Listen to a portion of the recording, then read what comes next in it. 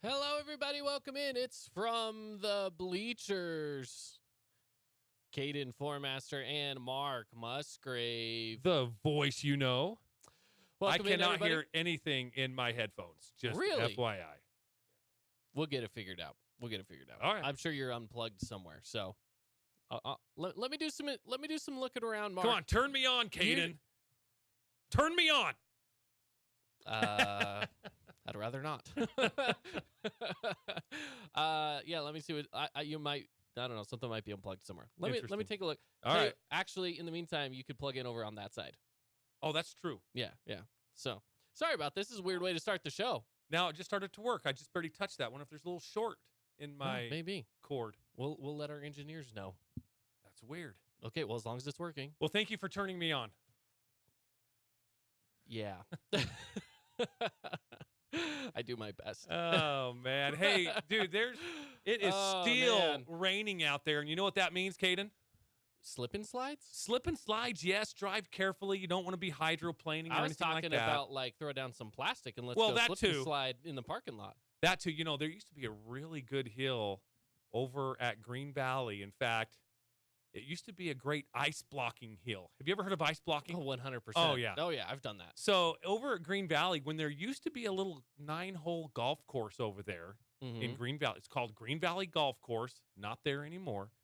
But they had the perfect ice blocking hill that we used to do as teenagers. And anyways, yeah, so I get that. The slip and slide, throw down some plastic and take advantage. But it also means no baseball tonight. No baseball and no tonight. That's softball correct. tonight. That's correct. We've gotten word from 2 out of the 3 athletic directors on the games, and I'm assuming the Snow Canyon at Hurricane game is also canceled. Again, that's the only one that we didn't officially hear from, but we have heard from Cedar City AD, and he says that has been canceled. Dixie at Cedar City, and they're trying to reschedule that one for Thursday.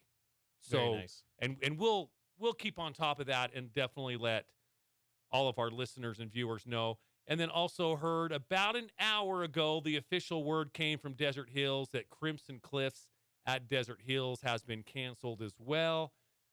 And we will just see when we can get that game in. I know Crimson starts a tournament on Thursday, so they're playing American Fork on Thursday.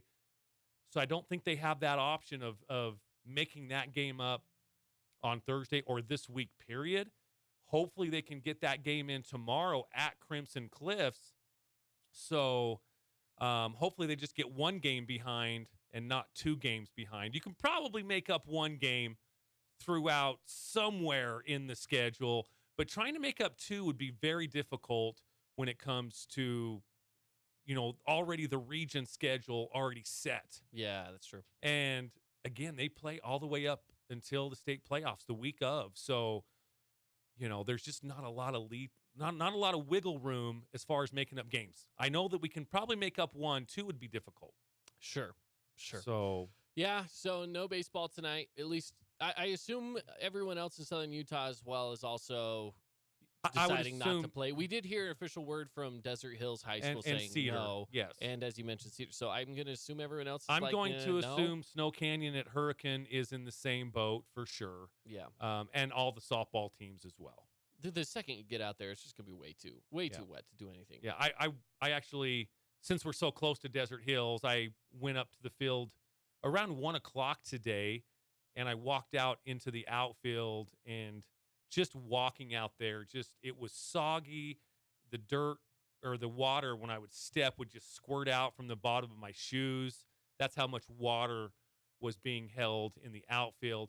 They had their full infield tarp on, so the infield probably, if there would have been a break in the storm, the infield probably would have been playable for sure because they do have that big tarp, but the outfield would have just been tore up.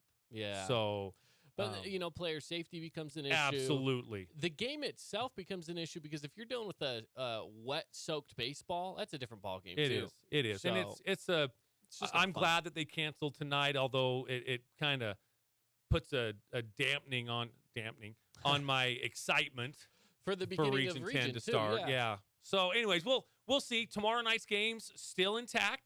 They're just going to kind of reverse the fields. Obviously, it'll be Cedar at Dixie, Hurricane at Snow Canyon, and Desert Hills at Crimson. Those are for tomorrow night. Remember, this week is a Tuesday, Wednesday region schedule, not the normal Tuesday, Friday. So just keep that in mind. Tomorrow's games are still alive and active, and we'll keep an eye on Mother Nature and see if she'll let us play baseball and softball tomorrow.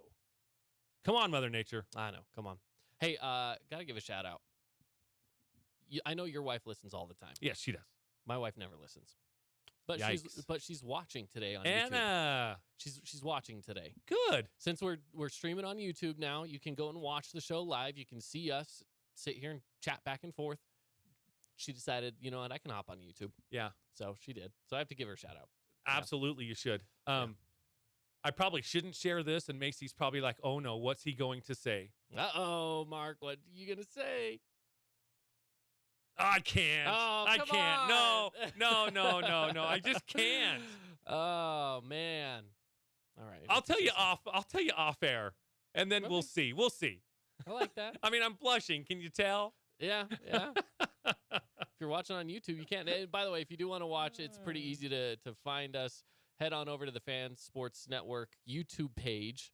Just go to YouTube, search the Fan Sports Network. Easy. There we are, chit-chatting. So. Even this 52-year-old could do it and found it right away. Yeah. It's easy. It's easy. Yeah. I know. So we have a good show for you today, of course.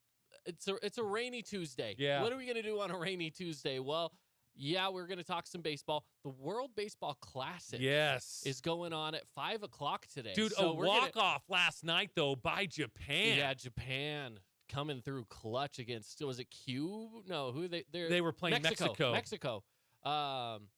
So I was actually talking to Pedro, the morning show on Juan, here at Canyon Media, and I'm like, dude, what happened to Mexico? He's like, dude, that was a great game. It was a good game. He goes, I was on pins and needles the whole time. And I read a quote actually from the Mexican manager of the Mexican team. And he goes, yes, Japan does advance, but tonight was a win for baseball worldwide. That was a great game played last night, a walk-off to go to the finals. I mean, hey, Mexico, they had a 5-4 lead going into the ninth inning. Japan with the walk-off ends 6-5. So that's great baseball. That is great baseball. It is. It's very good baseball. Yeah, so tonight, championship, Japan, Shohei versus Mike Trout. I know. I love the little Angels matchup going on tonight because you know me, I like the Angels. Absolutely. So I love that you get Shohei and Mike Trout. And I'm curious if they're going to put Shohei on the bump. He wasn't there yesterday, so I would assume he's going to get some pitching in tonight. Let me just see what the pitching matchups are tonight. Yeah, I'm curious while you look that up. Yeah, I would love to see Shohei as a pitcher going up against Mike Trout in the batter's box, just because that's something we have never seen that. Right. And it's one of those things, maybe we never will. Who knows?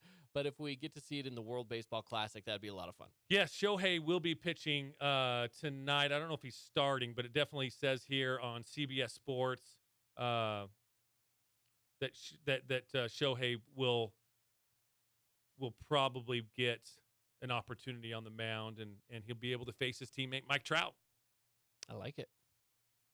I'm a fan of that. I like it whenever teammates get the chance to face off with one another because it just doesn't happen all the time. Doesn't happen all the time. So this is a quote by Shohei. He goes, and this is off of Fox Sports MLB. He says, I will definitely be prepared to pitch wherever, but before that, I am going to have to hit and make sure I put some runs on the board before I pitch. So he's not starting, but he will probably get in at some point in the game. And I'll tell you what, think of this scenario. You've got, you're going to, let's see, who's the home team here? Will it be, that's a good it question. says USA versus Japan. Normally I put the home team last all the time, but That is just something that I do personally. But just imagine this. Imagine bottom of the ninth. Let's just say USA is the home team. Bottom of the ninth, tied 4-4. They bring in Shohei. There's 2 on, 1 out, and up comes Mike Trout. I mean, could you That's write a storybook ending? that's what I'm saying. Could you even? I don't even think you could. You can't write that kind of drama, and I wouldn't be surprised if that's the stuff that happens tonight. No, Because baseball knows how to write stories like that. Probably true. more so than any other sport. Yeah. When it comes to basketball, football, any of those other sports, it seems like baseball just knows how to write those stories a little bit better than those other pro sports. That would be tremendous, it would be a lot of fun. I mean, that would be tense. Yeah, that'd be great. Oh, I'd love it. I got chills just thinking about it. I'm not even an Angels fan, but I am a baseball fan, and that would be great baseball. Yeah, Bobby, what are you doing? Bobby on YouTube says, "Let's go Japan." Come on, Let's Bobby. go Japan. Bobby. Come on, Bobby. Mookie. Our Mookie is on USA. Oh man, yeah. Of course I'm rooting for Team USA. Yeah. Oh, I mean, come on. Where are we? America. That's Yeah, where we we're are. America. Come on. Yeah, of course we're gonna be rooting for America over here. Hey, my favorite player is on USA, Mookie Betts. So I'm all in for USA. Not that that's what it takes, but the only MLB jersey I own is a Mike Trout, and he's on Team USA. So there you go. And I have my Mookie Betts jersey. It's the only one we need to get a hold of Bobby. He can take care of that kind of stuff if we want more jerseys. Oh, there you go. Yeah. I'm a big fan of my of my Mike Trout jersey, but I will say I do want a Shohei jersey. That is on my list. That's on my list. So yeah, it's gonna be fun. 5:00 tonight, I believe, is when that game gets underway. And it's I don't know where you can watch it. I want to say maybe is it FS1? That sounds is right. That what it is? Yes, I think it's FS1 is where you get to watch that game. That does sound right because I was looking for it on my ESPN Plus platform, and I couldn't find it last night. Yeah, I think that's where I saw that it's going to be played is FS1. So we'll keep tabs on it here. So as we go through the first hour of the show, we'll keep you updated, or the first hour, I should say, of the game, second hour of our show. We'll keep you updated on that. So yeah, it's going to be fun. I'm excited for it. Should be fun game tonight. So since we don't have Region 10 baseball, I guess that's what we get to follow is the World Baseball Classic. Last game. And I think we'll, being that it starts at 5:00, we'll be able to give some updates on that as the game goes on. Hopefully USA jumps out to a big-time lead, and Shohei never gets an opportunity to hop on the bump. And if he does, it's just because it's Shohei. And again, if it's 4-4 going to the ninth, Shohei versus Mike Trout, that would be tremendous baseball. That would be. I'm holding you to that if that's what happens. If that happens, I'm gonna, because by the time it gets to that point in the game, I'm gonna be at home and maybe I'll be texting you, be like, "Mark, it's happening." It would be a lot of fun. It's gonna be fun. Yeah. So, yeah, it's gonna be interesting. I will say though, today it's one of those times right now where I feel like it's kind of a light sports day. There's a few things to talk about as far as things that are currently happening, but the NFL's kind of gone stagnant on us over the last few days. Not a lot has happened. Yeah, not a lot. Just kind of some fun stuff that, a lot of people yelling at Jimmy G as he was being introduced, or he was somewhere. Raider Nation was yelling at him, "You're a good-looking dude," and that's what I've been saying. At least they're honest. So one thing I can say about Raider fans is you're brutally honest sometimes. He is a good-looking man. He's a good-looking man.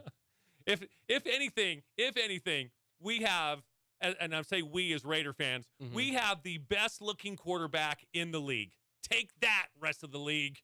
Yeah. He might not be able to throw it 47 yards, but he's the best-looking in the NFL. Yeah. He's going to, if there's a contest for the best-looking quarterback, we'll take it hands down. Especially now that Tom Brady's retired. That would have given him a little bit of challenge. I will say, though, back when they were on the same team together, whew. I know. How would you have decided? I don't know. You just give it to New England and move on with your lives. Exactly. Oh, that's funny. Yeah, so there's not a lot going on there. We'll talk some Utah Jazz today because there's stuff with Jazz. I'm wearing my Jazz hoodie today, too. You are? By the way. I might have to take it off later because it's going to start getting warm in here as it does. And I'm wearing my flower tie. Nice. Because these showers bring flowers. Yeah, but it's not April showers yet. I know. It's That's March why showers. I didn't add the months. Yeah. I know. Well, April showers bring May flowers. I know. But and what do May flowers bring? Pilgrims. Allergies? Oh. Do you get it? Pilgrims. Have you ever heard that joke? No. The Mayflowers, what the Pilgrims came across on. Flowers. The Pilgrims back in like the 1400s. That is an old joke. That is a dad joke. That's a grandpa joke. That is a very old joke, too. Oh, my gosh, I'm Caden. surprised you've never heard of that one. I never have. Well, now you can go tell someone. Honestly, I have never heard that joke. I'm surprised. That is too funny. Yeah, I'm surprised. Yeah, it's one of those old dad jokes. That's a dad joke for sure. But I've known it. I swear I've known that one nearly my whole life. Really? I don't ever remember learning that joke. It's just one that's been around, and I'm shocked you've never heard of it. That is so. That's how it goes. We're gonna be talking some Formula One today. I'm excited about that. Yeah. Oh, yes, I am too.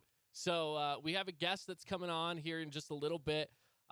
His name is Nick. He's a co-host of the Undercut podcast. Yeah. So make sure you go over, subscribe to it now, listen to it later. And if you want to get into that sport, stick around. We're going to be talking about it and the ins and outs of it and kind of giving you an introduction to the sport and kind of where it's at right now, what's going on. It's going to be fun. You know, I love horsepower, and I'm sure I'll talk to Nick about, you know, I'm an old NASCAR guy. I don't follow NASCAR like I used to for sure, but I love horsepower when it comes to vehicles. I love horsepower. Formula One certainly has horsepower, and I'm getting to learn a little bit about the drivers as well. They've got personality. I might be getting on the Formula One bandwagon and following this a little bit closer, especially since they have introduced a Formula One race in our own backyard, Las Vegas, Sin City. It's going to be exciting, and I mean, I'm excited about it. That's clear in November, though. We have so much time to wait. Hey, take a look. Take a look at the track layout. Oh, my gosh. I was telling you can actually go through and, like, virtually drive the track. Right. Where you it's a video, and it's all just CGI of what the track would look like driving through Vegas from the driver's perspective. Yeah. It's pretty cool. Go look and see where it's at. Again, it's being raced downtown. It's a street race. Yeah. Now, all the races that we've had so far in Formula One, which so far this season has only been 2, and again, we'll talk about those. They have all been track races where they build up a track specifically for Formula One racing, and that's what they go race around, right? So they're not going through the cities or anything like that. There are some coming up that will be like that. Exactly, right. But right now it's only been track races, so we haven't seen city races. We're going to be seeing a city race in Las Vegas. Yeah, it's going to be so much fun. The track layout is just awesome. It's all on the strip, and going to be passing, several casinos, landmarks, and stuff like that in Las Vegas. I mean, hey, the most that I know about Formula One is what I learned in Iron Man 2 when Tony Stark took the wheel of a Formula One car and Whiplash, cut it in half. Comes out and cuts it in half.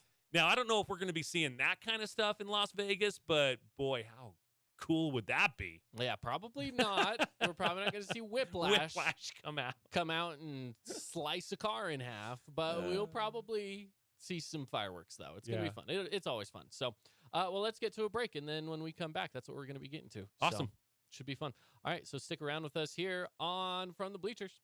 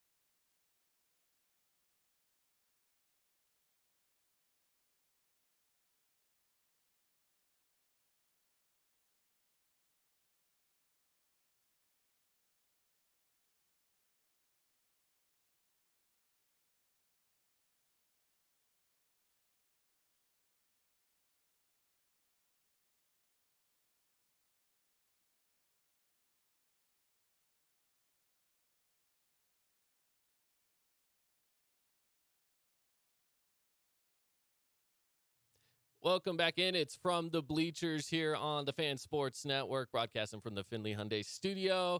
Caden Formaster and Mark Musgrave. The voice you know. Special guest today hopping on with us. We're going to be talking about some Formula One today. Horsepower, baby. I'm excited about that. So a little Formula One. Never hurt anybody, right? Never hurt anybody at all. So we're going to be talking Formula One with Nick Watterson. He's co-host of the Undercut podcast. Find it wherever you find your podcasts. Nick, thank you for joining us today. How are you? Gentlemen, thank you for having me. Of course. I want to start out by talking about how you and I met, because I learned about you and your podcast in a fairly unconventional way. You and I met in Hawaii, of all places. What? Yeah. Yeah. Vacation in a bar. Yeah. Nice. We were hanging out at a luau. Okay. So him and his family, me and my wife, and we were there on, and I don't know if we told you, but that was our honeymoon. I think we told you. Yeah, that's right. Yeah. So we're there on our honeymoon, and I get, we get sat at this table, and I was just like, man, I hope I'm sat next to somebody who's at least entertaining. Correct. And sure enough, Nick was great. We had a bunch of fun sitting around chatting, and we ended up talking a little F1. He told me he had a podcast. So when I went home, back here to Utah, I was like, let's look up the podcast, and it was a great podcast, and I've been listening ever since. How cool. I did not even know that story, Nick, and we talk every day, and he didn't tell me that he story. Didn't mention that this before? No. First time for now, everything, if he did, I'm a man with a few big numbers attached to his age, so he may have told me, and I may have forgotten. I don't know, but I don't recall this story. I know. Oh, sorry. I should have told you. That's awesome. Maybe I should have. You're there on your honeymoon. The sun's going down. Beautiful sunset. Yeah. Luau. Dancing. And I got to hang out with you and your family, talking some Formula One a little bit, too. That is awesome. So let's get started into this. We're 2 races into the Formula One season, so we're still fresh. I feel like this is a good time to talk about it because I feel like, we spend so much time here on our sports station talking about basketball and football and some of those more traditional American sports, but this is a sport that's really taking the entire world by storm. Now, tell me a little bit about your fandom with Formula One and kind of how you got into it. Well, my fandom with Formula One goes back a really long way, until I was probably about 7 years old. I remember, I think the first race I watched was the 1985 Monaco Grand Prix. So I'm aging myself. Wow. As well. So I remember it was, all of the classic names that you may have heard about, like Ayrton Senna, Alain Prost. That was the generation of drivers that I grew up with. Nigel Mansell was the British driver at the time. He came really close that year, I think, to winning the world title. He did it in the early 90s, 91, 92, I think. And that cemented my F1 fandom. I've been watching it ever since. I can't remember the last time I missed a race. It's if I don't get to watch it live, I'll at least catch it up in the evening. It's not as easy to watch live when you've got little ones running around. Well, I try and make it whenever I can. Well, we'll get to this in a bit. This race coming up, the Australian Grand Prix, is going to be a fun one for you to try to catch live. I'm sure it's happening at 1 o'clock in the morning your time. Yeah, that's one that I don't usually do live. It's a little tough, I bet. Now, go ahead, Mark. Nick, we mentioned before that I kind of have followed NASCAR in the past. Who is the Richard Petty, the Dale Earnhardt of Formula One? In terms of the old, you look at Petty and Earnhardt Senior. Yeah. Earnhardt Senior. Yes. That was, very much, the 80s, 90s. Like, who's the greatest driver? The greatest drivers of all time. You're talking Michael Schumacher from Germany. He is a 7-time world champion. He won it with 2 different teams. Most notably, he had a really good run with Ferrari. Okay. Obviously, Ferrari are the most famous team in Formula One, the most prestige, the red cars that every driver wants to drive for. Yeah, Michael Schumacher is arguably the greatest of all time. The only one really, there are 2 that come into, or 3 that come into very similar ranks in terms of in the conversation, going all the way back to like the 1950s when it started. Juan Manuel Fangio, from Argentina. He was the first star of Formula One. And then Ayrton Senna, who was tragically killed at Imola in 1994. He is arguably the greatest, the most talented but we never really got to see what he ultimately would have achieved because his life was tragically cut short.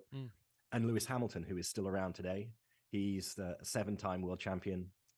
He's lost out the last couple of years to the young guy Max Verstappen, who's I think 24 years old. He's the new guy on the block and really dominating last season and started this season off really, really well in a very, very strong looking Red Bull car. Oh, and I love Red Bull. Red Bull is one of my mainstay drinks, Nick. So I think as going forward, I think I'm with the Red Bull team. Okay, you just pick a team for whatever reason. I love it. Yeah.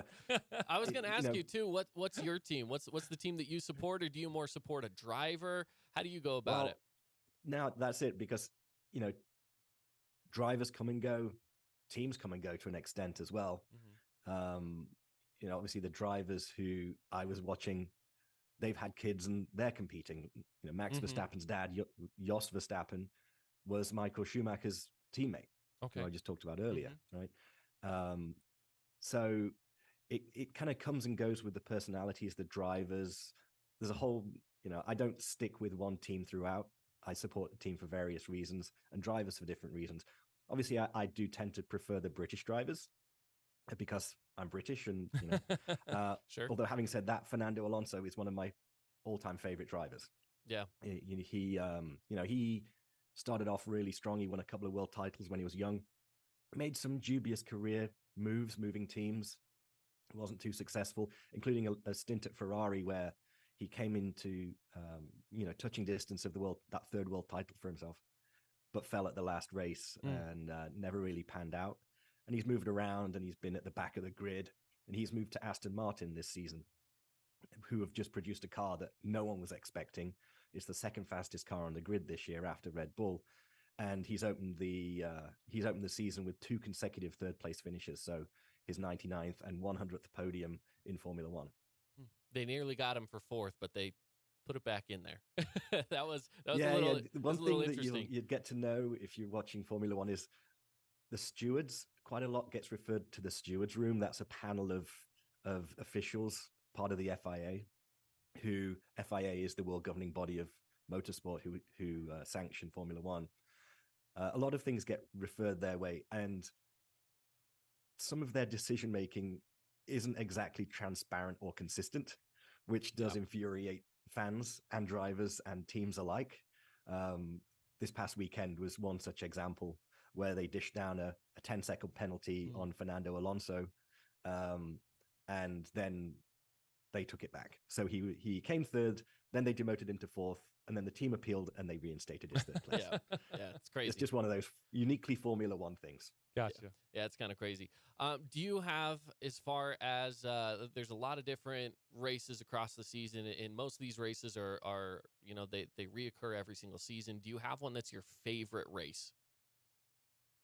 I have favorite races for a couple of different reasons. Obviously, I love the British Grand Prix. The British Grand Prix is one of the most historic on the calendar. It's in my home country, and Silverstone Circuit in the middle of the UK does produce some pretty good racing. One race that doesn't produce very good racing is Monaco, but I do love it because if you've ever been to Monaco, you look at it and you go, how do Formula One cars come through here at 150 to 200 miles an hour?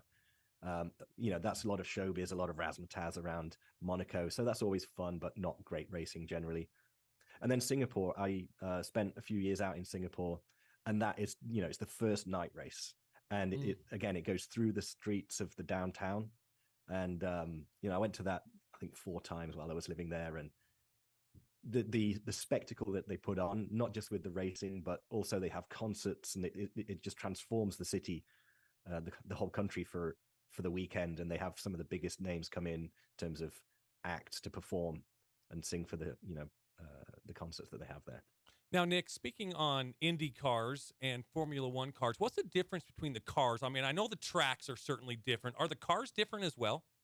The cars are different. Most notably in the Indy car, it's a stock chassis. I think it's Dallara chassis that they I may be wrong, but it is a single stock chassis that teams buy. And then they fit their own engine, so they get their own engine deal with Chevrolet, Honda, or whomever. And they can put 2-3 cars on the track if they want. Depending on the race, in particular Indy 500, you'll find a team will often have 3 drivers.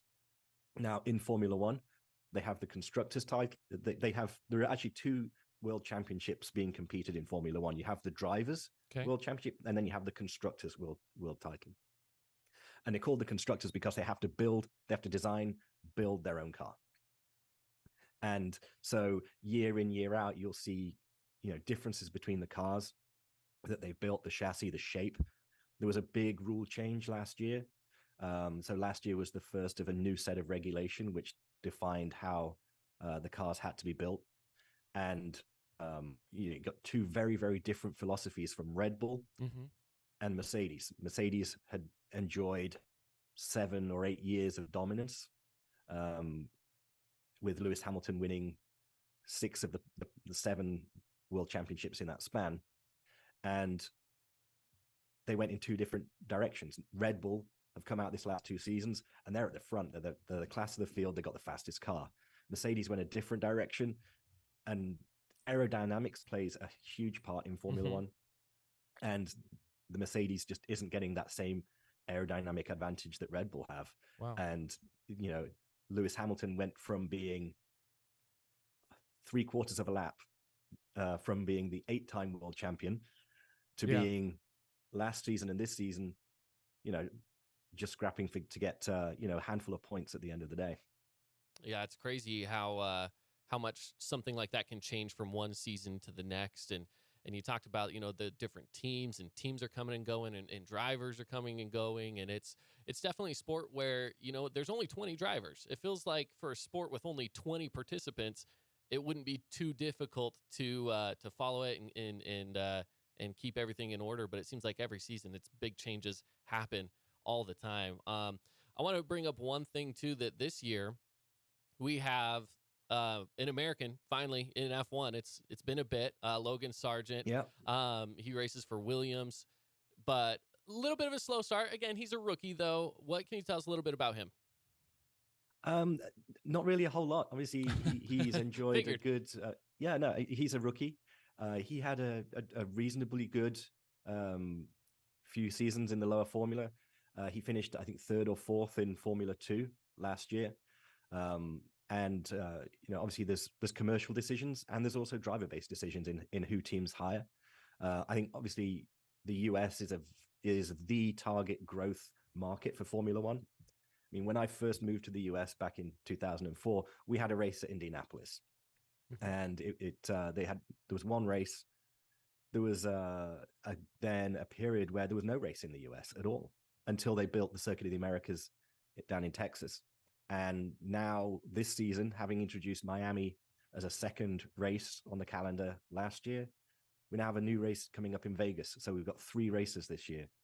Obviously, being an American, there are commercial benefits of having an American driver because you pull in a lot of sponsorship because of that. Now, that's not to say that he doesn't deserve the drive, because you look at these guys in Formula 2, and it's all really, really close. I actually watched the F2 race this past weekend, first time I've watched it in a couple of years.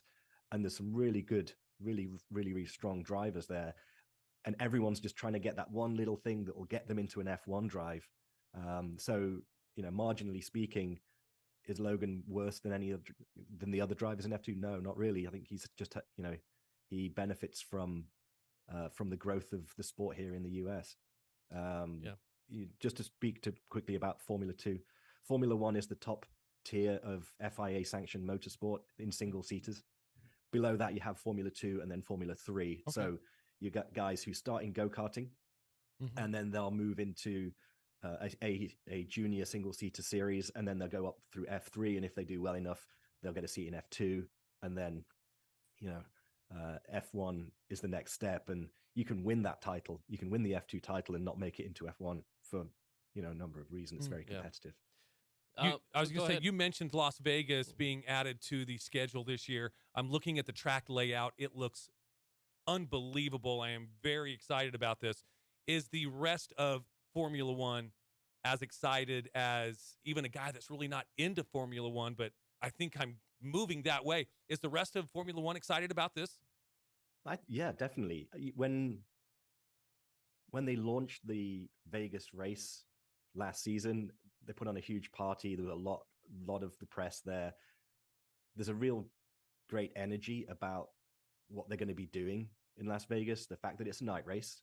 Night races always look spectacular. Obviously, in Vegas, it's going to go past many landmarks, the Bellagio fountains, the Eiffel Tower at the Paris Hotel, and all of that. It's going to be super spectacular. It's going to be an amazing weekend. It's going to attract a lot of stars from all around the world, just like Miami did last year. Yeah, obviously a different vibe, different feel for that one, but Vegas is going to be special.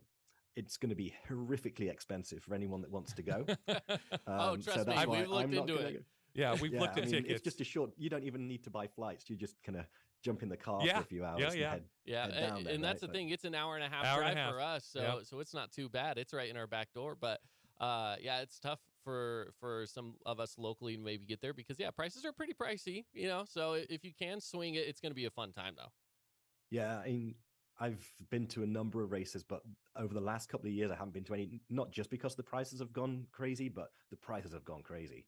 Yeah. You look at what they're asking in Vegas and what they're asking in Miami. It's a lot of money. I think it recognizes that it's, there's only a finite number of seats in the house and the demand is high. And so they charge accordingly. Anyone that's listening that wants to experience a Formula One race, you should also look at Montreal. The Canadian Grand Prix has been on the calendar for a long time. They do a great job as well, just like in Singapore, where they can, while the race itself is out on an island in the St. Lawrence River, Crescent Streets and Catherine Street, they close all that down, have big parties and stuff like that. And the tickets are quite a bit cheaper. So anyone that's listening, check that one out as well. How long does it take them to set up a track? So if I take Singapore, for example, as a street track, that's roads that have to be used every day. Yeah. Now, they would start by putting lights up in round about May, June time for the race in September. They have to put up all the barriers and then all the bleachers and things for people to sit in, and that takes 2 to 3 months to put in place. Obviously, if you go to Circuit of the Americas or Silverstone or one of the established circuits, it's there all year round. It's not just used for Formula One. They have race meets there. Most weekends, in particular during the summer, you'll have club meets and MotoGP, which is the motorcycling equivalent of F1, and endurance racing, all different categories, all racing on the same track. So even if you're, getting into racing, you can go and race on the same circuits as your heroes. That's awesome. That's exciting. Nick, we appreciate you hopping on, talking some Formula One. And if you're like me, I know that you could probably talk about it for forever. It's become my newest obsession. Of course, a big part of that, I got to thank Netflix, I guess, for producing the Drive to Survive series. And that's honestly so much. Yeah, and I say for anybody who wants to learn more about the sport, I feel like that's a good series to hop on into it and learn about the drivers and about the sport and some of the rules and things like that. And they do it in such a way that makes it entertaining, especially for someone who maybe doesn't know anything about the sport. Yeah, I think Formula One in the US has really, really benefited from that show. I think a lot of it was timing as well. Sure. The first season of Drive to Survive it covered the 18 season and it launched in 19. Then season 2, which covered the 2019 season, landed just before COVID. Just after everyone had watched Tiger King and all of that stuff, obviously flicking through to see what's there, and they stumbled across it, and they could binge watch 2 consecutive seasons, and I think that got a lot of people hooked because it introduced them to the personalities and that are involved, as well as the racing. And then they launched the season of Drive to Survive to coincide with a couple of weeks before the new season to generate interest. So people have watched a couple of seasons of Drive to Survive, and then it was straight into the season. Obviously, Formula One was impacted by COVID, but it was one of the first sports to come back. Yeah. And, when you think about when we were all in our homes during COVID, something to watch, Formula One was on. Now, Are you planning on being in Vegas? I'm not planning on being in Vegas. Not planning. I would like to go, but, it's a little pricey. And, I've got a little boy. He wants to start racing, and so I'm going to take him to one. And so if I'm buying 2 tickets, Vegas isn't going to be the one. Gotcha. Maybe I'll go to the UK over the summer and take him to Silverstone. Gotcha. That's a good choice too. That's always a good race. Thanks for stopping in, and we hope to chat with you again maybe later when Vegas is coming up. I believe that's in November. So yeah, have me back anytime you like. Of course. Awesome. And then again, listen to the Undercut podcast with Nick, and then and who else is on that podcast with you, Nick? Yeah, so it started by a guy called Jason. So Jason started the podcast. He was looking for a couple of guys to come and co-host. He engages with Pine Sports, which is a small sports network, and a lot of it's around odds and things like that. And he asked the question, who knows about Formula One that can come on his podcast and do the podcast with him? And so myself and a good friend of mine, Martin Cooper, we've been friends since I first landed in the US back in sort of 2004, and we both love Formula One. We've gone to races together, and so we just all paired up, and the three of us started the podcast last season, and we're just going into, well, we're now 2 races into season 2. Awesome. Perfect. I love it. All right. Well, thank you again for stopping in with us. Of course, listen to the podcast. We're going to take a break. We'll have more coming back, though, right after this.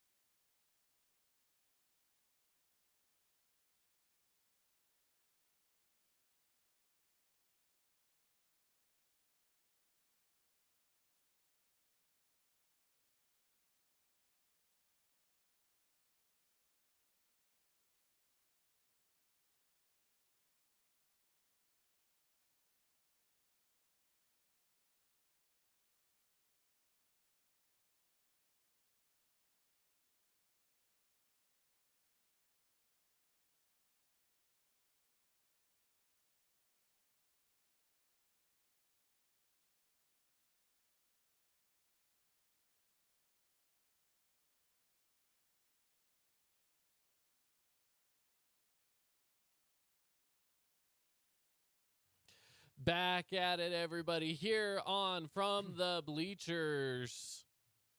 Caden Formaster and Mark Musgrave. The voice you know. Broadcasting out of the Findlay Hyundai studio. And Mark, I took off my hoodie. It's a little hot in here. It does get a little warm. We close the door and it starts to get a little toasty. It does. I'm going to leave my pullover on, my white pullover, because my collared shirt that I have on here that has my tie and stuff, Yeah.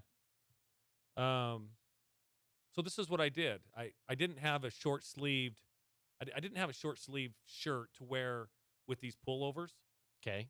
And so I just took scissors and cut off the sleeves underneath. Well, now I really want to see it.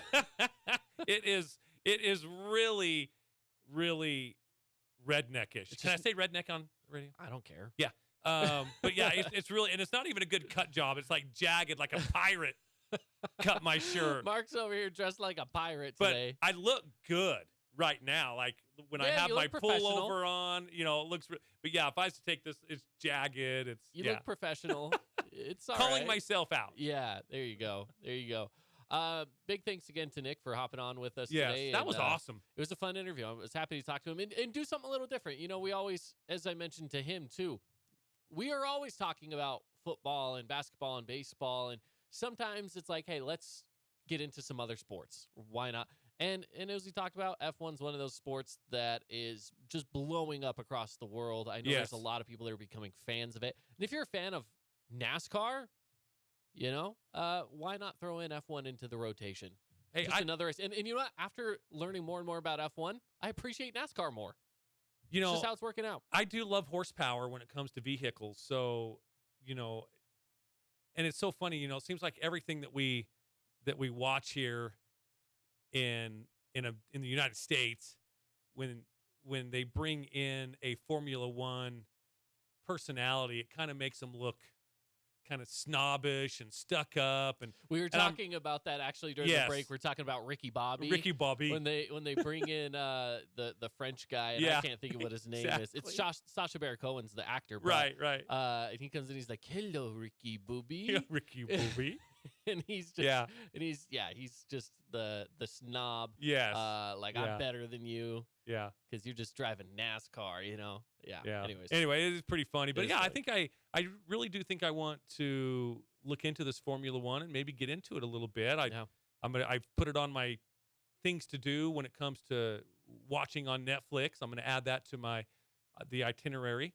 And we'll see what happens, man. But I do love horsepower. I do really like racing a lot. So, and it seems like this is certainly growing in America. Yeah, it is growing, and it's fun because here's the thing for me. I enjoy it because it takes an hour and a half of my life once every 2 weeks. Yeah, that's it. Yeah, I mean, I'll go and watch basketball 3 days out of the week for 2.5 hours, right? This is a sport that's just so easy to be into because you can kind of just like, it happens and then you can forget about it for a few weeks. And then you kind of come back to it every couple of weeks. You just kind of come back to it. It's a very easy sport to be a fan of. And that was the thing with NASCAR is it was a little bit of a commitment because it goes from like February to October, November. Yeah. And it's pretty much every week NASCAR is. Yeah, there are a couple of weeks that they get off throughout the year, like Easter, I think. And I mean, there's a couple of weeks they get off. But NASCAR is quite the commitment because it is an every week race. And I was kind of like you and your brother when you were talking about, getting together on Saturday mornings for qualifying and stuff like that. I mean, I would watch qualifying if I was at home and it was on. I would be interested in it. So it is quite the commitment, that concern. I love the fact that it's not every week, and it is something I could watch every few weeks and still be involved in it. Well, because I mean, even think about golf, right? PGA. That's one of those things where you could watch it for 6-7 hours, a couple of days out of the week. Every Thursday through Sunday, you could be watching coverage of it in some form for hours and hours and hours and hours. And don't get me wrong, it's one of those things that's it's easy to just have on. and you can kind of just stay updated with the current scores. You can kind of take a nap. You really and then could. wake back up and be see like, who's leading. Yeah, who's leading? All right, well, now I'm going to go out and grab a bite to eat. You know? Yes. It's an easy, that's another easy sport in its own right. But if you really wanted to like watch it, it does take a lot of commitment. Right. So it's just interesting, the differences in sports. And that's one that I've been enjoying more. I was happy to try to get him on the podcast or from his podcast onto our show, I should say, and talk about the sport and its growing popularity. Yeah, I love it. I'm So, glad that we did. And yeah, it was speaking of, I loved his accent, by the way. Oh yeah, when I met him back in September, and that was the one thing I was just like, man, I love talking to you because it's just something about British people. It's so inviting. And it's a great segue into this little nugget that I have for you, Caden. Okay. What is the happiest country in the world? My guess is that it is one of three. Okay. By the way, this is its not first, not second, not third, not fourth, not fifth. It's its sixth time in a row. Okay, my number one overall guess is Sweden. Close. Norway or Finland. Those were the three. Yes, Finland is number one. Yes. Okay, those were the three that were on my list because I was thinking it's got to be one of those Nordic countries. It is. Yeah, it is. It's Finland. I know those are happy people. And then Denmark is number 2. Iceland is number 3. The rest of the top 10 is Israel, which is kind of one that was really that one, yeah. The Netherlands, Sweden, Norway, Switzerland, Luxembourg, and New Zealand. So yes, there are 5 Nordic countries in the top 7. And guess who is the least happy? I have no idea. I don't want to say because I don't want to call anyone out. You can call out Afghanistan. It's okay. Oh, okay. It's Afghanistan. That's fair. Yeah.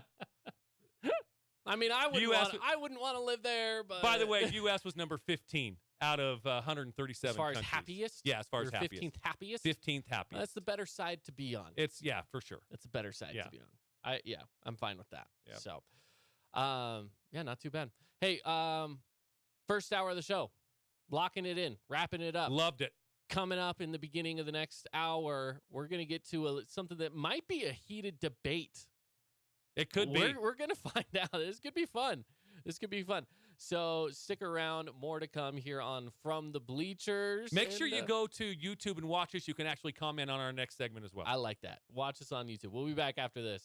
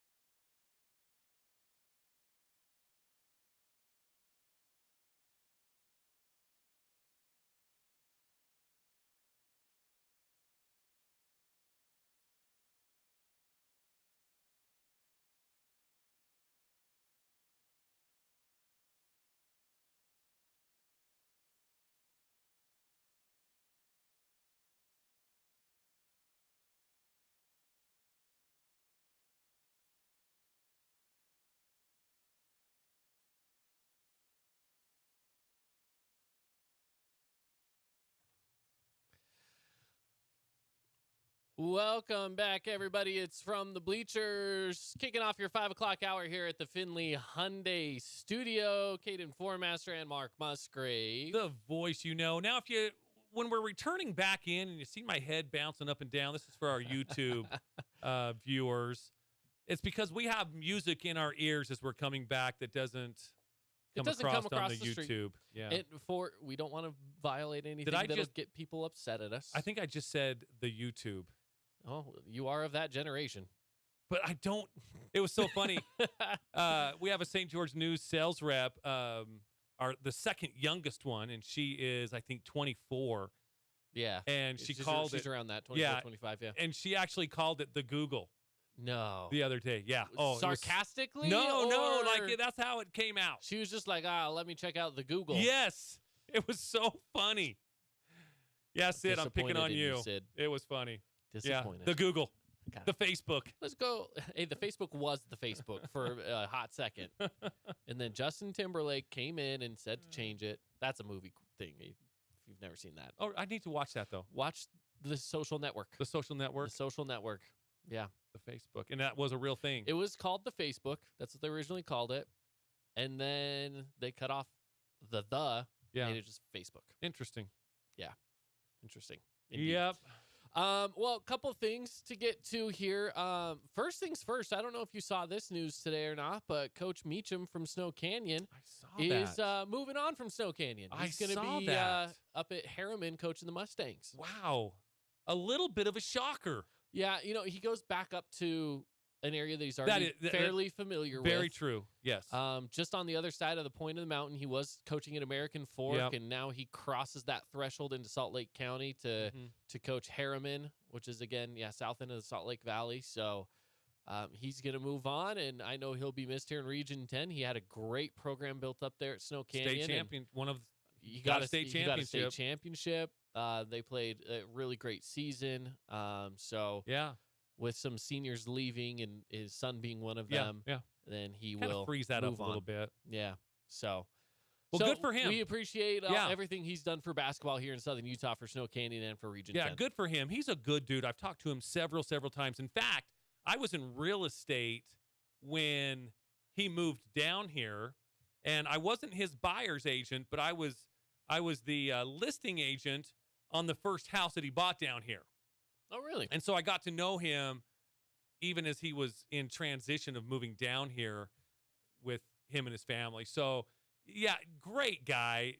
I hate to lose him out of Region 10, but I'm assuming that this is a very good move for him, whether he's getting back closer to family or more of family. Yeah. It's got to be, I'm sure it was a difficult decision to leave Warrior Nation, a place that he's been, 5 or so years. I don't know exactly, 5 or 6 years. Been a bit, yeah. So I'm sure it was a difficult decision, but congrats to him on that decision, going back up to that neck of the woods. Yeah. Yeah, it's good. It's a good move. And I want to say Harriman's a 6A school, so it's definitely moving up as far as programs go. It is for sure a 5 or 6A, and I want to say it's in the 6A. Yeah. Side of things. And but then again, realignment's happened, so who knows where anybody is Yeah, that's now. true, too. And, hey, don't forget, speaking of basketball, don't forget about our All-Star game this Saturday. Yeah. It'll be Cliffs High School. And it'll be on here on the Fan Sports Network, won't it? Yep. So we are going to be broadcasting that game live as far as play-by-play and stuff. So I'm going to be doing play-by-play with some help from some familiar faces and voices. Okay. From our broadcasts here. I know CC's going to be there to help me out, and I believe Ben's going to be around. So beautiful.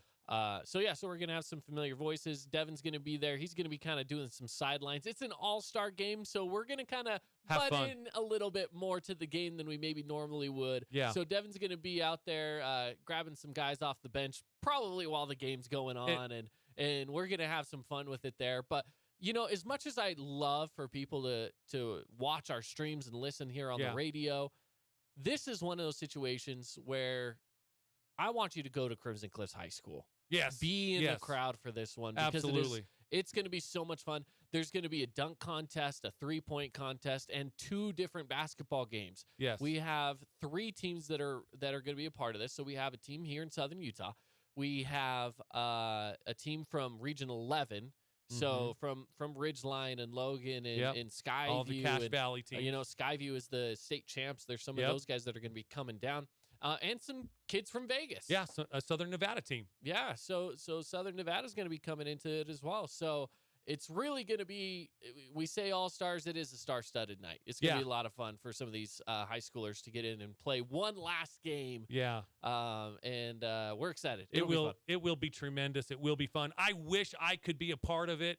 I have baseball that day, so I've got some other responsibilities I have to be out, but I do wish I was a part of this because it is going to be a blast for sure. Like you said, the 3-point shootout, the dunk contest, and then the games themselves are going to just be a blast. So anyways, head on over to Crimson Cliffs. That is Saturday, late afternoon and into the evening. You definitely want to head over there and catch that.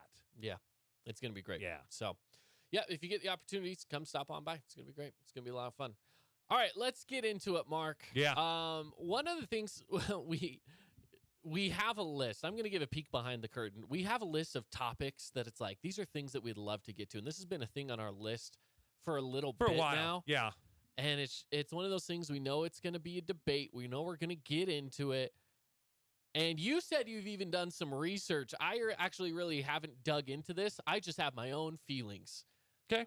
And what we're talking about is specifically teams that maybe they have a name that isn't quite congruent with their location. The biggest one that comes into play here is a lot of people say, why are the Utah Jazz still the Utah Jazz? Yeah, and now in New Orleans, it made complete sense because there is Jazz on Bourbon Street, and the colors of the Utah Jazz are actually Mardi Gras colors. Yeah, the purple, yellow, and green. Yeah. Those are Mardi Gras colors. I don't know of now there might be, but I don't know of any Jazz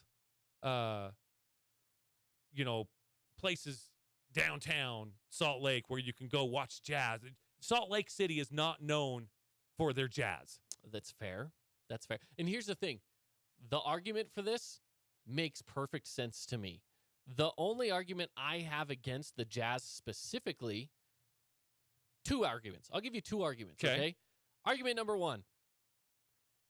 If you're going to say, hey, well, there's no Jazz, you're right about that. But at what point does a team name, it's been around for so long, does it just become attached to that? The Utah Jazz have just been the Utah Jazz for so long. I agree. Like, should they change it now? Had they changed it within the first year or 2 of being in Utah, I think people would have been like, yeah, all right, that's fine. That makes sense. At this point, it's awkward. It's really awkward to change the name of the Jazz at this point. Now, I was reading a little story here on the Utah Jazz and the New Orleans. Well, they're the Hornets now, but the New Orleans Jazz when they moved to Salt Lake City. It says the Pelicans. Did you say Hornets? Oh, this is I did. They were the Hornets at one time. They were the Hornets, and then because the Charlotte Pelicans moved. Yeah, dude, so many teams. I was like, just in this story right here. Yeah. Anyways, the Jazz moved to Salt Lake City the year after Larry Miller bought 50% share of the Jazz. Then from then owner Sam Bettistone, the name was retained. Now this makes sense. I believe this. To save money on logo swap outs, uniforms, etc. So it was just to save money. And actually, that does make a lot of sense. It does make a lot of sense. It costs a lot of money to rebrand. Absolutely. Especially in those days. Think about it. Graphic design wasn't really a thing. They didn't have computers to just hop on and change things. You had to actually draw out logos. And it takes time. It takes time. So here's the question. If we were to change the name of the Utah Jazz, what would you change it to? Okay, so here's my thought. Follow me on this. Because I do think that they should change the name. Here's what I think, okay? So for starters, there are 2 names they could use that are great names. The problem is they're already taken by other teams in the NBA. And here's what I would do. You could either flip-flop with Memphis. Memphis has Jazz. Yes. Right? Granted, they're more known for their blues than they are their Jazz. So maybe you could call them the Blues, but you also have the St. Louis Blues. in hockey, so who knows? But we have Bears. The Utah Grizzlies are already a hockey team. Why not just throw it over and make them a basketball team? I don't love that one as much, but you could also do this too. The Raptors. The Utah Raptor is a thing. Raptors were discovered in Utah. Yeah. Why are they in Toronto, right? Right. The Raptors were discovered in Utah, so Utah Raptors makes a lot of sense as a team name that already exists in the NBA. Then again, what do you do with Toronto? Right. Those are always the questions, right? How do you do these little flip-flops and whatnot? So there are those options. Now, if you try to go with something a little more unique that is not taken, then I don't know. To me, that's a big question mark from there. Like, you could always go with the Bees. Yeah, but again, that's the minor league team. Yeah, that's different sport, though. Different sport, different level and of Bees play. works great for Utah just because of it being the Beehive State. Right. The Bees make sense. But you also I do like your Grizzly idea, though. But you already have the Hornets. Yeah. If you want the Bees and the Hornets, it's like, is that too similar? They're two different insects. Yeah. Just like a falcon and an eagle. Yeah, but I don't know. Bugs seems different to me. I do like your Grizzlies idea because Memphis doesn't have Grizzlies. is not known for Grizzlies at all. In fact, they're in this story right here would too. Be That's Black why Bear country, if anything. Yeah. This guy suggested for Memphis, he suggested the Memphis barbecues. I don't like that one. No. I don't like that one. He does say that though, but yeah. What would you do for Memphis? Because Memphis doesn't make sense either. No, it doesn't. Again, Memphis is known for blues. Elvis is from Memphis. I don't know. Yeah, it's tough. That one's interesting. And even going back to the Jazz logo, it would work for Memphis if they were the Blues. Because even the J, used to be even the J was a note. Yeah, was a musical note.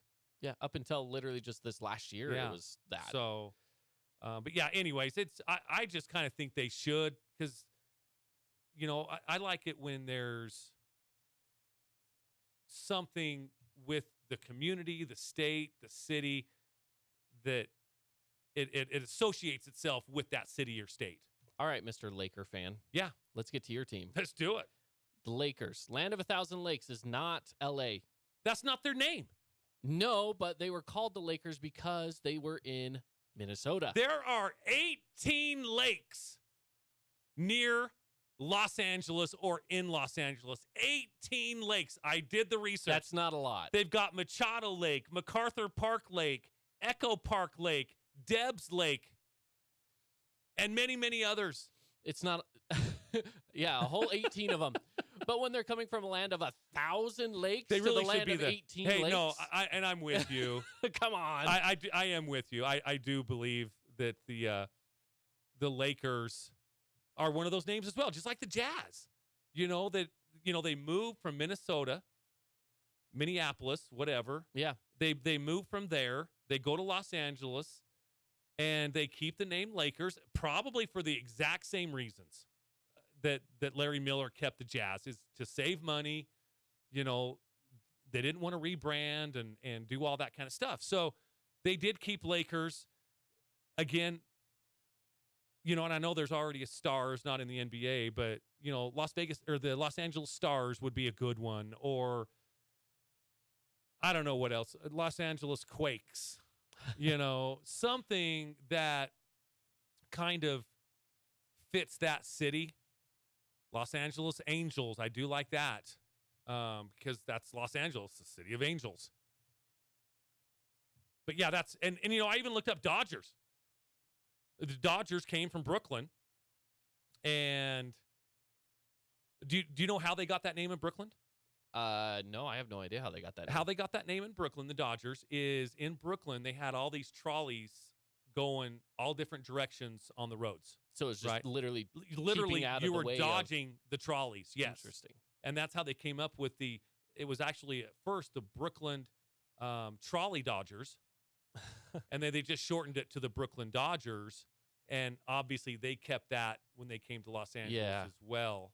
Yeah. So, so many cities and so many teams change. And, it would be difficult. Could you ever, and even the Utah Jazz, but could you ever imagine the Los Angeles Lakers not being the Los Angeles Lakers? Not at this point. No. Especially after the amount of championships and Yeah. stuff that they've won. And even the same Come with the Jazz. I mean, as much as I wish they would have changed the name at first, I don't want them to change the name now. No. Because they are the Utah Jazz. No. I mean, that's what they're. And that's the thing. In this, we talked about this being a bit of a debate, and it's more for fun. This is a fun conversation to say, hey, if it wasn't that, what would it be?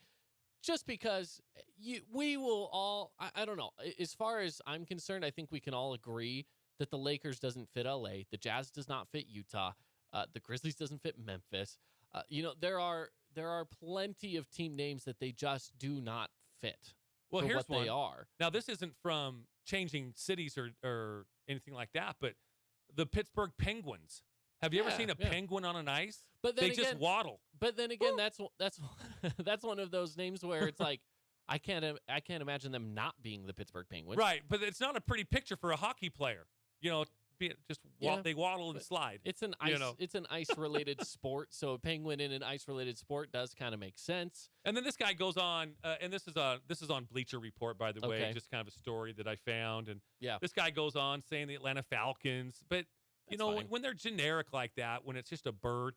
Now, granted, he said he's been in Atlanta several times, never seen a falcon. I don't That's like really the Cardinals care in about Arizona that. too, though, right? Yeah, and then he goes on to the Washington Redskins, but he even has Oakland, Los Angeles Raiders, Las Vegas as well.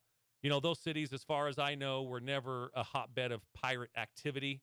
But Well, Vegas nowadays. Nowadays not for sure. necessarily open waters, but as far as being Sin City, I feel like Raiders in Sin City just kind of makes sense. It really does. Yeah. It fits. I think it fits more in Las Vegas than it does Los Angeles or 100%. Oakland. Las Vegas Raiders just seems to not only roll off the tongue, but it just feels right. Las Vegas raids your wallet all the time. Yeah. And The that's gambling. The thing. Is it Raiders because of pirates, or pirates just a mascot for a deeper meaning? Exactly. They could put a casino on there and still call it the and Raiders. Exactly. Or they could put a bachelor party on there. They're raiding Las Vegas. You know, call it what you want, but it feels like the Raiders fit Las Vegas. Mm-hmm. So yeah, I'm with you. It stays. As far as Utah goes, though, again, Grizzlies and Raptors, they already exist, but they'd fit so well for Utah. They would fit well. Yep. And maybe this also comes into play when it's like, all right, let's imagine there's a baseball expansion team happening, and Salt Lake is on that short list. That's actually possible in the next 10 years. Yeah. What is the name that they could come up with for that team? I feel like names need to resonate with the locals. Well, I do too. And again, jazz is one of those where we might not have the biggest jazz culture in the world, if at all, but it's been around for so long, it still resonates. It now resonates because it's just attached to what Utah is. If they change it now, it'd feel weird. And I do like that our lower level, like our AAA teams, they do actually go to, a name that resonates with the community. 100%. Well, look at Salt Lake Bees. The it's Bees. the Beehive State. Exactly. The Bees, perfect. You look at Las Vegas, the Aviators, Nellis Air Force Base. Right there. And let's be honest, Area 51. I mean, another one of those secretive Air Force bases, right? Well, they used to be the Las Vegas 51s. They used to be. Yeah. And this is a change of it to make it a little more, I guess, known as like, if they were the 51s, people would be like, okay, this is what happened in 19 or 1851, right? No, that's not what it means. Aviator's just like, of course I know what that means. Yeah. An aviator. That's and someone even that flies a plane. And Cool. even more locally, you go with the Trailblazers, where when the Pilgrims or the Pioneers came here, not the Pilgrims, when the Pioneers came here, who thought we'd talk about Pilgrims twice in one show? Yeah, no kidding. They were actually blazing trails. I mean, really, they came here. Nobody had been here yet, and they were. That's kind of the meaning behind that is that we're trailblazers, we're pioneers, that kind of stuff.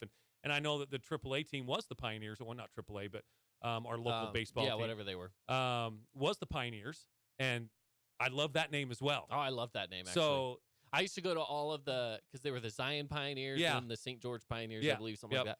And yeah, I used to go to me and my family. We'd go all the time to those games. Mhm. They're so much It fun. was a lot of fun. Yeah, I won And- $25 at one of those as an 8-year-old. That'll keep you going back. Yeah, yeah. They had a big board like just like a 4x8 plywood board, Mm-hmm.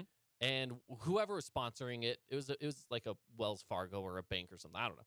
And they just had a hole cut in the middle of it. And again, I'm 8 years old, and they're just like, you get 3 chances, throw a ball through the hole. If you throw the ball through the hole, you get $25. And I'm like, that is a lot of money. Let's Yeah. go.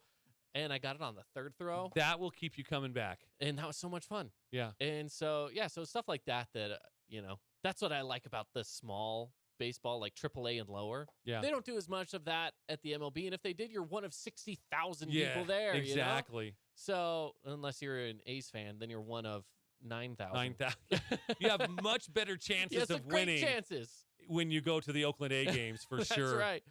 Anyways, I don't know. Team names, they're fun to talk about, but does anything ever change with our opinions? No. No, heavens no. Nah. No one's going to listen to us. But we talk about it anyways. So, should we take a break? Let's do it. And we'll cover more when we come back. So stick around right here on From the Bleachers.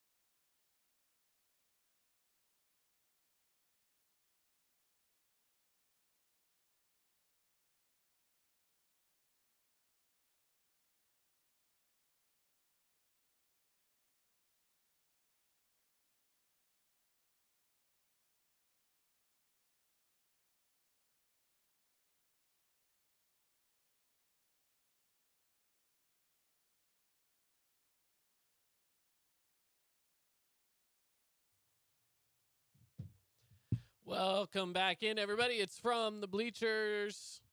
Caden Formaster, Mark Musgrave. The voice you know. Broadcasting live here from the Findlay Hyundai studio. And the World Baseball Classic underway. Is going on, huh? Yep, that's going on right now. I was going to turn that on when it's... Mookie Betts stepping into the plate for Team USA right now, getting things started. Top of the first. Here we go. Come on, Mookie. We're going to keep our eyes on that one. Mookie. Yeah. Yep. Well, he starts out taking a strike. 0-1 count. Not bad. That's what a good leadoff hitter does. He looks at the pitch first. You just got to see where they're throwing it, right? Yep. Yep, that's right. So we got that going on. SUU's playing right now as well. Men's basketball, they're in one of the consolation tournaments, but they're playing well. They beat Rice. So yeah, that's awesome. It's a big first win for them, but absolutely, man. That game's so you have World Baseball Classic on FS1, ESPN2 hosting SUU right now. Lots of local stuff going on, and of course, baseball underway now. It's crazy. It's fun. Speaking of local baseball, though, too, rained out today. Yeah, games if you canceled. hadn't got the news, yeah, local baseball's rained out today. Yeah, so we got word from 2 out of the 3 athletic directors, Desert Hills and Cedar. Dixie was going to Cedar to play. That would have been brutal.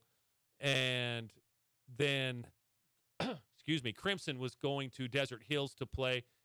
We got word from both of those athletic directors that those games have been canceled today, softball games included. The Dixie Cedar game, from what I understand, is being rescheduled for Thursday. So we'll see if they can get that game in. Desert Hills, Crimson, a little bit different story for Thursday. We'll keep an eye on it, and we'll certainly let you know as we hear things. But Crimson has a game Thursday against American Fork. They start a weekend tournament on Thursday. So they will try to have to make this game up some other time. Tomorrow's games are still scheduled, and we're still planning on playing those games tomorrow. Hopefully we can get them all in tomorrow because you don't want to be chasing 2 games to make up. One is bad enough with the Region 10 schedule that they already have laid out, and it goes right up to the week of state playoffs. So chasing 1 game is bad enough. You don't want to be chasing 2 to make up. Yeah. Not with the region schedule. Yeah, for sure. For sure. So, yeah, we'll see what they end up doing, but still no baseball tonight. And, again, we'll keep track of it for tomorrow as well because I think we're supposed to have a decently rainy day tomorrow. I know. So, we'll see. We'll see. Come on, Mother Nature. I know it. I know we need the rain. That's such an I used to always think that was such an old person thing to say. As a teenager, I hated that. No, we don't need any rain. But it gets to a certain point where you're like, yeah, we do, though. We do need the rain. I get it. Hey, so up the road in Enterprise where I live, both of the reservoirs totally full and overflowing. Yeah. So maybe we're good. Maybe we're good. Maybe we can calm down a little bit. And there are still some serious snowpack up on Pine Valley, too. Oh, there's lots of snow. So I think this year we have a good chunk of water. Yeah. I think we got some good water built up. I went up to Gunlock this past weekend. I didn't get out. The falls are going. The falls are going. And Macy and I drove up there. We were planning on getting out and walking around a little bit. Half of Washington County was up there. Oh, I guarantee they were. So we just kind of drove right straight through. You're like, never mind. Yeah. We drove right straight through. And then we thought to ourselves, well, let's go through Gunlock. We'll go over to Veo. We'll get a Veo pie. Oh, Veo pie was and then we kept Saturday. on driving past Veo pies, too, because there was a line out to the highway. Yeah. So I drove by on Saturday in the That's same when thing. we were, yeah. Saturday afternoon. Both times I drove by going into St. Ours George was Sunday. and coming back. It was a line, and you say to the highway, literally to the highway. Right. Lines and lines of people just waiting for pie. I was like, dang it. So we just went on. So we just kind of did the circle on that drive. It's a beautiful drive. Oh, absolutely. So I love that drive. If anything, you do it for the drive, I guess that's fine. But, man, there were so many people up at Gunlock. It was crazy. Yeah, and I think that's what they were doing was a lot of people were going to Gunlock to check out the falls, and go then up and grab some pie. Everyone was doing it. But I will say Gunlock was full, though, too. As full as I've seen it in a very long time. Yeah. I mean, if the falls are running, then it's exactly. full, so. Yeah, and I haven't been out to I'm Quail sure- or Sand Hollow or anything like that. I I'm don't sure know what those are Baker's like. full. Baker, I know is full. I mean, I know that one's totally yeah. full. Yeah, everywhere's full, and that's not a bad thing. No, heavens no. And it helps our friends in Las Vegas when we're full because Yeah, all Las of that Vegas. runs down to them. So good for them, I guess. Yeah. Yeah, but it's Yeah. not good for baseball. Not good for baseball. Let's get to what matters. It's That's not right. good for baseball.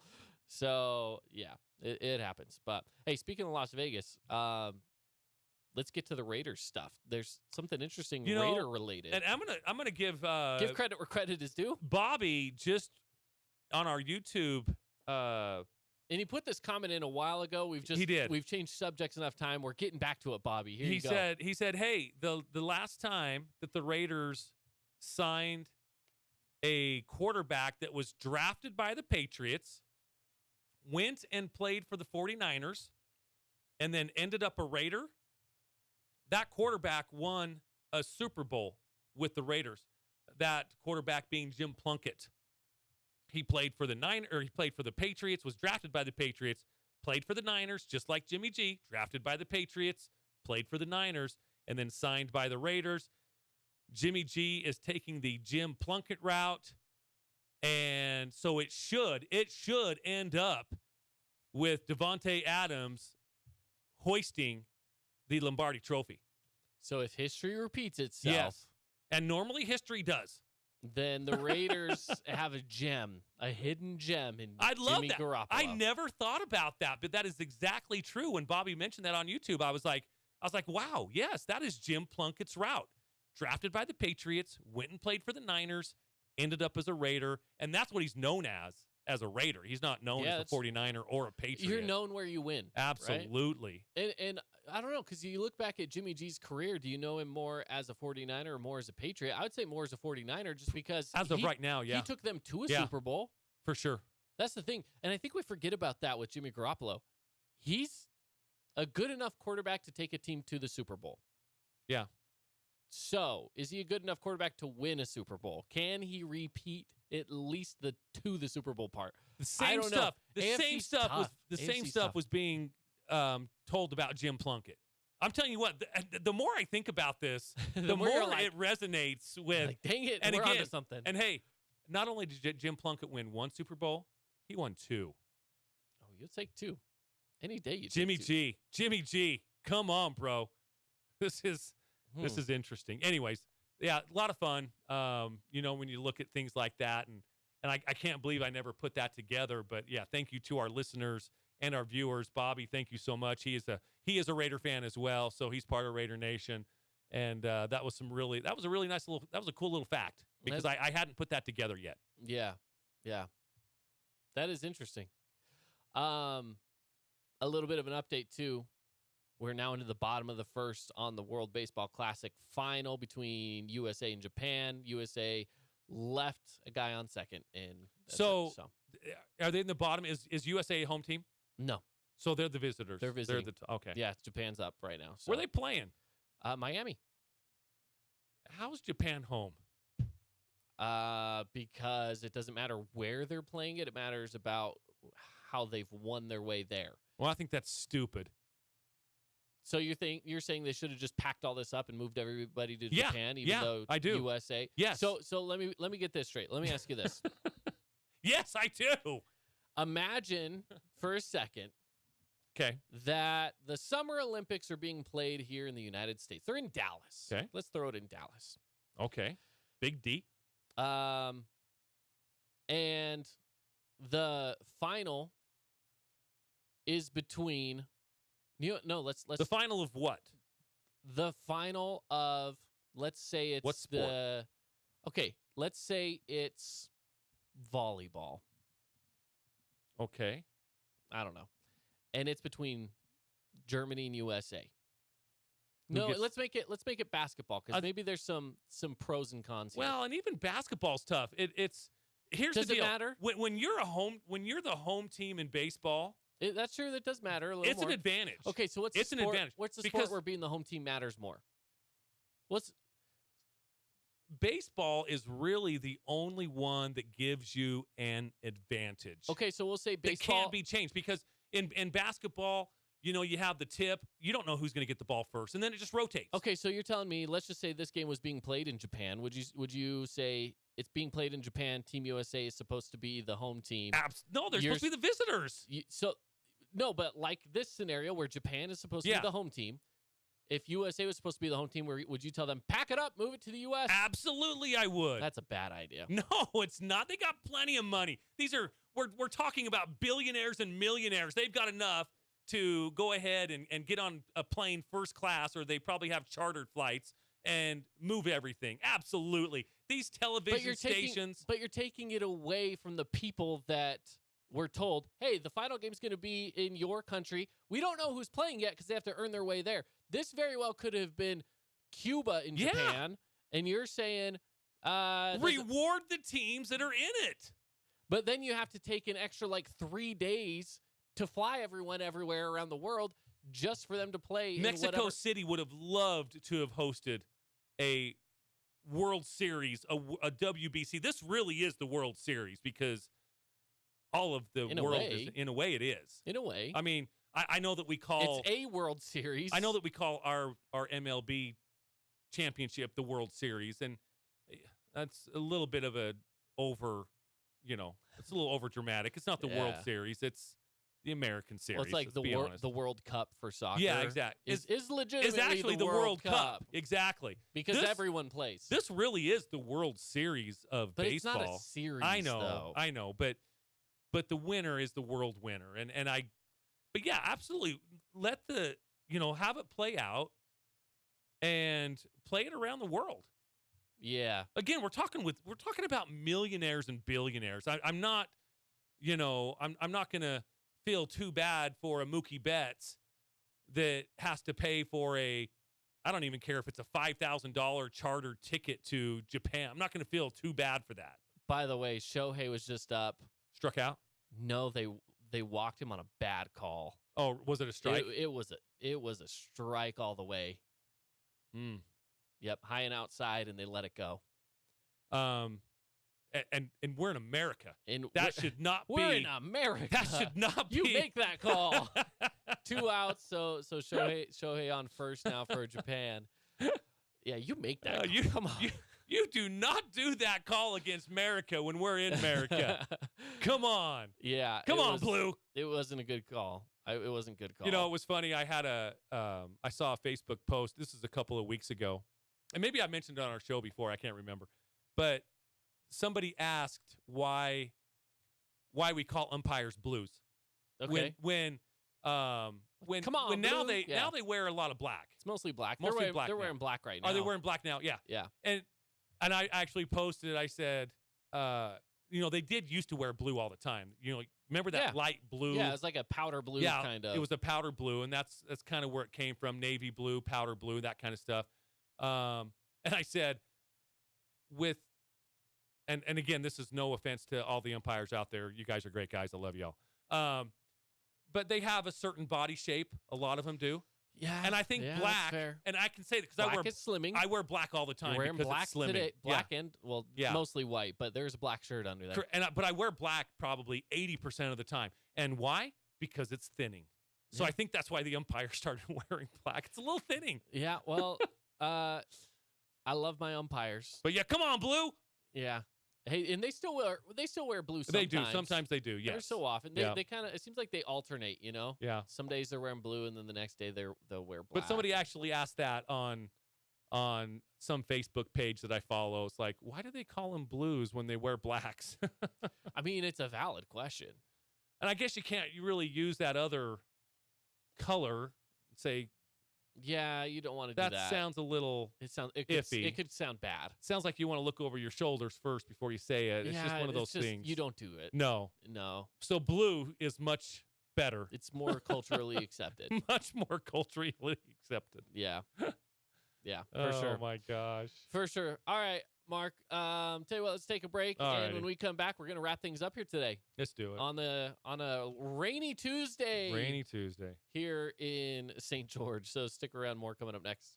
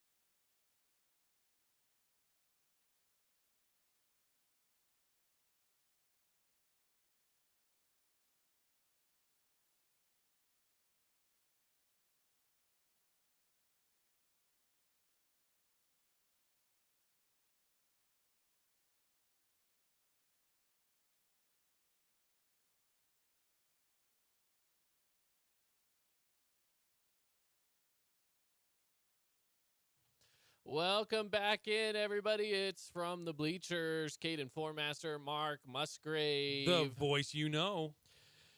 Well, the Team USA made it into the second inning without allowing any runs. Still 0-0. Okay. Well, No, that's well, nothing, 0. nothing. Yeah. This ain't soccer. We're not doing 0-0. We're not doing love. Come on. Tennis. It's love. Yeah. Love. Yeah. I like to push your buttons when it I comes to did, baseball. and the funny thing is, it's just the other day, I heard a dude talking at Thunderfield during baseball. And he's like, yeah, when I walked up here, I saw that they had 4 points. You're like, it's runs. It was like fingernails on a chalkboard. Anyways, I didn't correct him You're like, because wow, 4 runs in this match. yeah, exactly, yeah. So, anyways, it was like fingernails on a chalkboard, but some people just don't know any better, and this guy really doesn't know any better. Fair.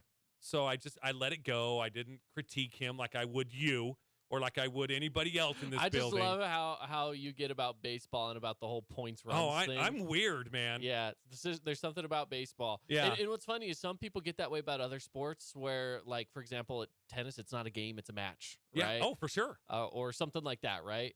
In soccer, you could say the same. You know, some people match in a game. Yeah. Some people. What's funny, by the way, I've been rewatching Ted Lasso because season 3's coming out, right? And so going back through, I was watching it, and they said on there specifically, like, oh, what a game that was. And I was like, they didn't say match. So soccer people, you can stop getting upset when they're not calling it a soccer match, because that's the other thing. People are like, is it a match? Is it a game? Right. I've heard both. I've heard people say it can be a game. Some people are like, no, it's only a match. And, well, Ted Lasso, the announcer, who is like a soccer announcer, right, says specifically, he said it was what a game, and I was like, game. You can say game for soccer. For soccer, it's something that I think soccer is in the gray area. You can say game or match. By the way, speaking of Ted Lasso, this is something that's kind of cool. So if you are a fan of the show Ted Lasso, which, have you seen it? No, I need to get Apple TV so I can. Let me tell you something about Ted Lasso. 2 things. First off, it's more of a show about the people than it is about the soccer. Mm-hmm. Okay. Second thing, if you are a fan of the soccer side of it, Richmond, the club that that he coaches, right? That Ted Lasso comes in and coaches, they are now, the characters from that show are a part of FIFA. Okay. So if you play FIFA, the video game, you can play as Richmond, and you can play as the characters from the show. That's funny. Which is pretty cool. By the way, that is. Trey Turner, single shot. Home run. USA up 1-0. Nice. Yeah, that's what I like to see. Anyways, let's get into some Utah Jazz talk. So last night they took on the Kings, and the Kings have been having a great season. But the Utah Jazz said, no, we're going to show you what a good team looks like. And I say that jokingly because we know that the Utah Jazz, they're not the team that the Kings are this year, but they still go out and they win 128-120. So tell me, who gets in what seeds get in the playoff? So top 6 are automatically in. Top 6 are in. 7, 8, 9, 10. They have a little play-in tournament. 7, 8, 9, 10. And 2 of them will get in. So right now that's the Mavericks, T-Wolves, Thunder, Jazz. Yeah, so the Lakers and the Jazz and the Thunder, really the Timberwolves and the Mavericks, the Warriors, oh my gosh, they are all within 1 or 2 games of each other. The Jazz are 1 game out of 6th place, even though they're in 10th. Yeah. That's what's crazy, is right now, 6th through 11th. You can even go 12th? Down to Pelicans. I wouldn't go much farther. I'll go to that. Pelicans. 6th through 12th. Yeah. That's a lot of teams right there, by the way. That's 7 teams. Only 7 teams can all be switched around by the end of the season. Yeah. Who have no idea. They're just like 3 games apart. Yeah. Yeah. Like, right now the Jazz and the Thunder have the same record. The 35 Mavericks, and 36. Yeah, the Mavericks have won 30. The Mavericks are 7th, and they're 36 and 36. And then the Pelicans are 34 and 37. I mean, that's close, and they're 12th. Yeah, so basically you have the Warriors are 11.5 games out of first, and then you drop all the way to the Pelicans at 12th that are 13.5. So that's a 2-game spread amongst 7 teams. Yeah. Any of those teams could be in any place. So here's the thing, though. The Jazz last night. I want to talk about last night's game, and then we'll talk about potential playoff matchups coming Okay. up. So in the game last night, Lauri Markkanen sitting. He had his back flaring up, so he sat that game. You had 3 rookies start, and then you throw in Kelly Olynyk and Talen Horton-Tucker. Those are your starters. Walker Kessler, Simone Fontecchio, Ochai Agbaji, and then the other 2 that I just mentioned. They go out and they win this game. You also have Chris Dunn, who they just signed on as a free agent to 10-day contract after 10-day contract, and they have now signed him on through next year as well. Then you throw in a couple of other names in there that, Juan Toscano Anderson, Johnny Juzang, Rudy Gay, Udoka Azubuike. Yeah. Names that are not getting into normal rotations, but due to some injuries, Colin Sexton's out, no Jordan Clarkson, no Markkanen. They're getting some minutes, right? Right. That's a team that should never beat the Sacramento Kings, especially when the Kings have Harrison Barnes and Sabonis and De'Aaron Fox. And Right. that's a team that should never win, but they did. Here's the thing. Walker Kessler, 5 blocked shots. And I don't know if I don't have it pulled up in front of me here, but Walker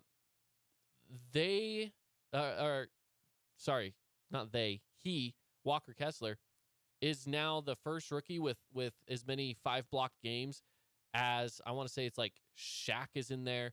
Sean Bradley was like the one name that was like, okay, he wasn't like a crazy all-star superstar, but he is known for blocking shots. Absolutely. Outside of that, it was like since the 90s, it was him. Tim Duncan was on that list. Yeah.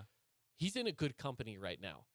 Walker Kessler's just an amazing pickup that the Jazz were able to sneak away in those trades earlier before the season started. Ochai Agbaji, let's talk about him for just a second. He goes off and scores 27, a career high in his rookie season, in 33 minutes.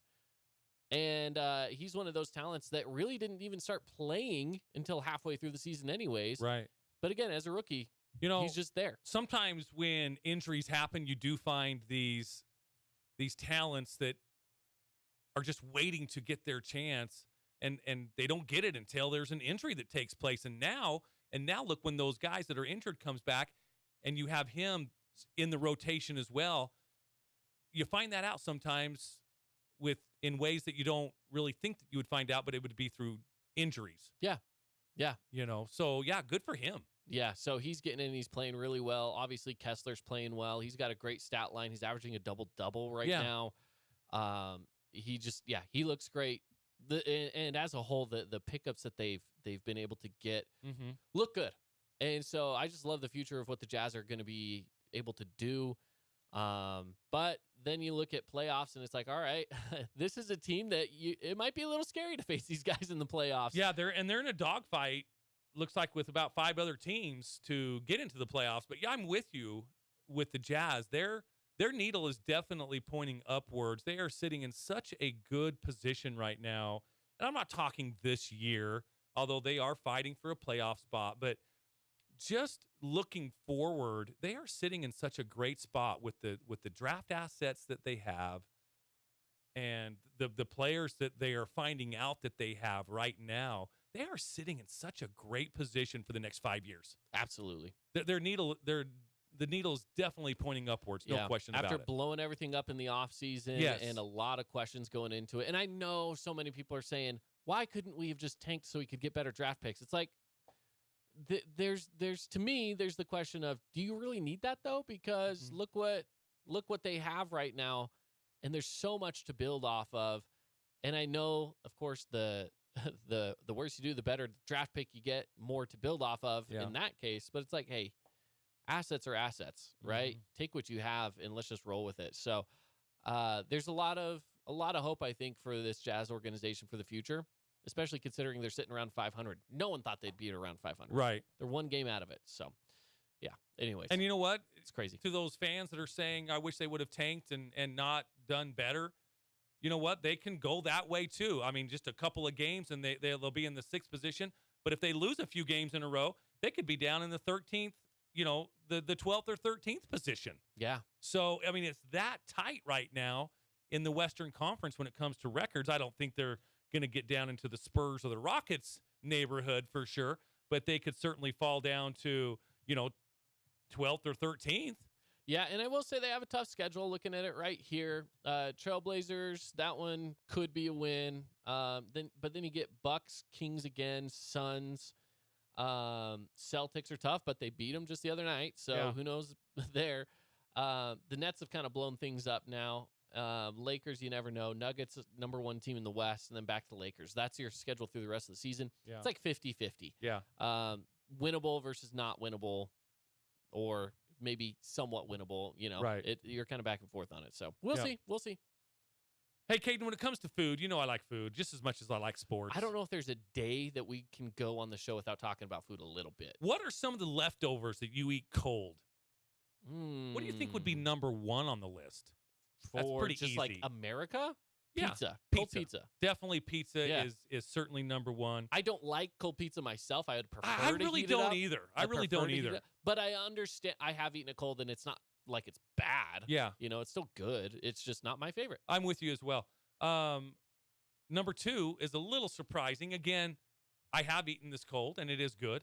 Fried chicken comes in number 2. I've never had fried chicken cold. Oh, I have. It's good. I've had chicken cold, and it's just like a if you go to Costco and get like the roasted the chicken that they have, like the whole chicken, I'll eat that cold. That's fine. And then to finish out the top 5, number 3 is quesadillas. Number 4 is bacon. I eat bacon cold all the time. I would eat bacon cold, yeah. And number 5, a little strange, pancakes. I do not eat pancakes cold. Really? I always throw them into the microwave. I mean, I don't really eat leftover pancakes. I don't either. They don't make it that far. No. But bacon, I'll make a sheet of breakfast meats. Yeah. And then just put it out on the counter. It'll be there all day. I'm eating cold sausage, cold bacon all the time. I love it. All right, we're out of here. Have a good one, guys.